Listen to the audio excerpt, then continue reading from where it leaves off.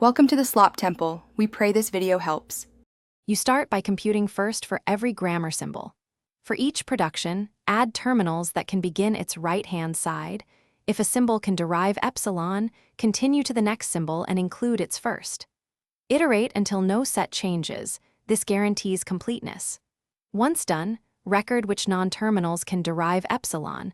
That information drives look-ahead decisions. Make sure to update sets immediately when a new terminal or epsilon is discovered, so later steps use correct first information. Next, compute follow for every non-terminal.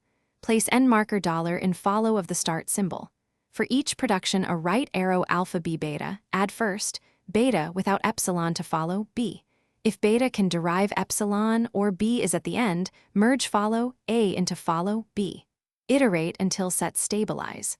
Once you have stable follow sets, you'll use them to build predictive parsing table entries and to detect conflicts. This is the bridge from sets to table construction, so accuracy here matters. Finally, construct the LL1 parsing table and compare entries. For each production, a right arrow alpha, insert it into table A for every terminal in first alpha. If alpha can produce epsilon, also insert it for every terminal in follow A, including $. After filling, scan each cell. If any cell contains more than one production, you have a conflict and the grammar is not LL1.